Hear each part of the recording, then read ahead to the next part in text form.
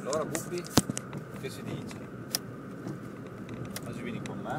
Facciamo un giro, Questa sera andiamo un po' dal veterinario perché dopo gli ultimi trascorsi capisco che insomma bisogna che ci diamo un'occhiata lì.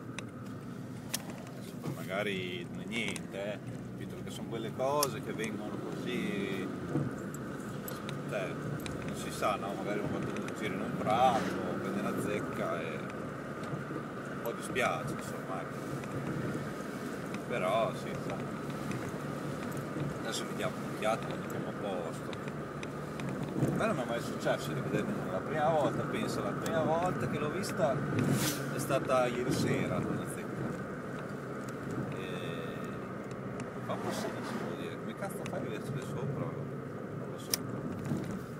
Proprio non ho preso neanche la più pallida idea, guarda, di cosa si può provare in quei momenti ad avercela addosso, vero Bobby? E cosa dici? Dico che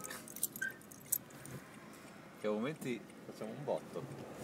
Comunque sì. Guarda, gran cavero. Sei ancora? Perfetto.